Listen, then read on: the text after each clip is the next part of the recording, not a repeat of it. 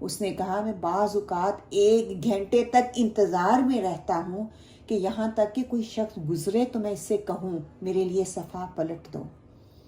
اس نے کہا یعنی کہ میں اس طرح رہتا ہوں جبکہ صرف آنکھیں حرکت کرتی ہیں اور فقط زبان بولتی ہے۔ میں کہتا ہوں اے فلاں کیا آپ میرے لیے صفحہ پلٹ سکتے ہیں؟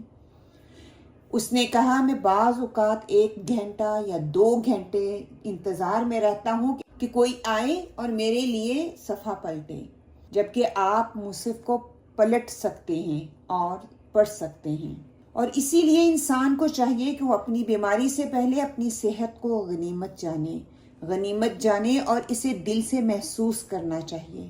اللہ کی قسم اے بھائیو، بہت سی نعمتیں ہیں جن کا ہم ادراک نہیں کرتے۔ اسی لیے اللہ سبحانہ و تعالیٰ نے فرمایا اگر تم اللہ کے احسان گننا چاہو تو انہیں پورے گن بھی نہیں سکتے۔ انسان جب اپنی زندگی میں مصروف ہوتا ہے تو اکثر ان نعمتوں کو بھول جاتا ہے جو ہر لمحہ اس کے ساتھ ہوتی ہیں۔ صحت ہے، بولنا چلنا ہے، زبان کا بولنا ہے، ہاتھوں کا حرکت کرنا ہے، آنکھوں کا دیکھنا ہے، یہ سب نعمتیں اس وقت تک عام محسوس ہوتی ہیں جب تک اللہ سبحانہ تعالیٰ ان میں سے کوئی ایک نعمت کو واپس نہیں لے لیتا۔ آج جو واقعہ میں نے آپ کو سنایا ہے نا، یہ صرف ایک بیمار نوجوان کی کہانی نہیں تھی، بلکہ ہم سب کے لیے ایک آئینہ ہے۔ ایک ایسا نوجوان جس کا پورا جسم مفلوج ہو چکا ہے، نہ ہاتھ حرکت کرتے ہیں نہ پاؤں حرکت کرتے ہیں، صرف 2 آنکھیں حرکت کر رہی ہیں۔ لیکن حیرت کی بات یہ تھی کہ اس کے سامنے قرآن مجید کھلا ہوا تھا اور وہ اپنی آنکھوں کے ذریعے قرآن پڑھ رہا تھا۔ جب شیخ نے کہا کہ میں نے اس نوجوان کو دیکھا تو میرا دل دہل گیا، میں نے اسے کہا اللہ کی قسم مجھے آپ کے قرآن سے عشق پر رشک آتا ہے۔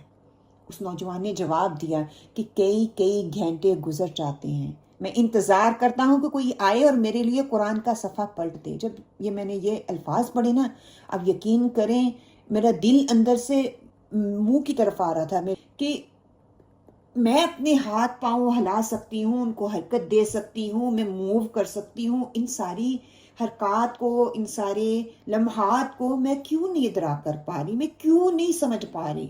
سبحان اللہ، وہ کہہ رہا ہے کہ میرے ہاتھ پاؤں جو ہے حرکت نہیں کر پا رہے، میں ان کو حرکت میں نہیں لا سکتا، لیکن میں قرآن چھوڑنا نہیں چاہتا۔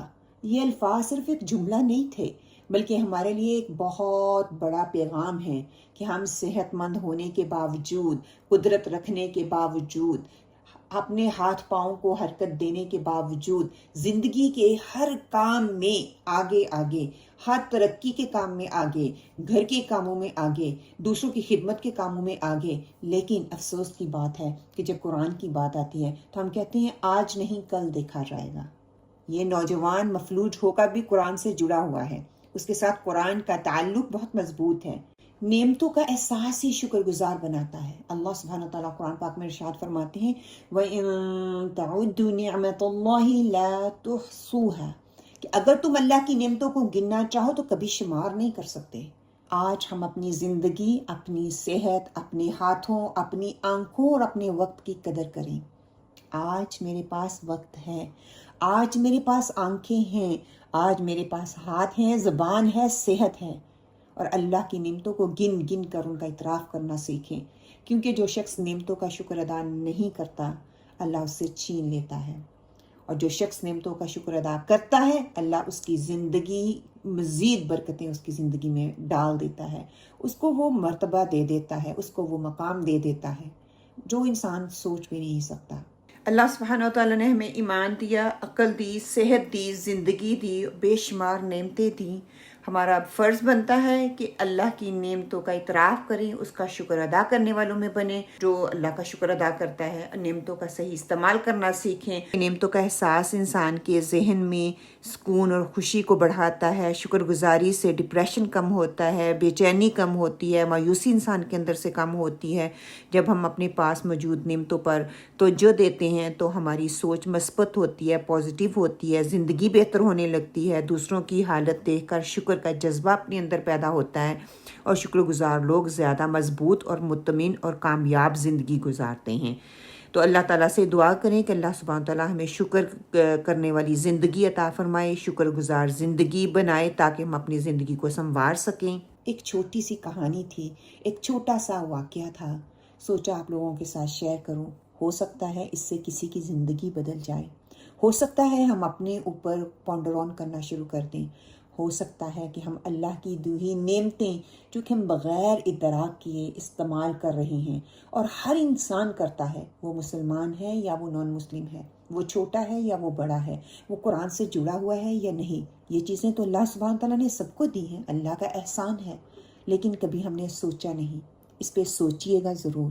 اور آپ میں سے جو سوچتے ہیں ان باتوں پہ، اللہ کی قدرت پہ، اللہ کی احسانات پہ، اگر آپ میں سے کوئی بھی اللہ کی چند احسانات چیٹ باکس میں لکھ کے بتائیں، ابھی سے پتہ چل جاتا ہے ہم کتنا سوچنے والے ہیں اور کتنا اللہ سبحانہ تعالیٰ کی نعمتوں پہ پونڈر آن کرنے والے ہیں.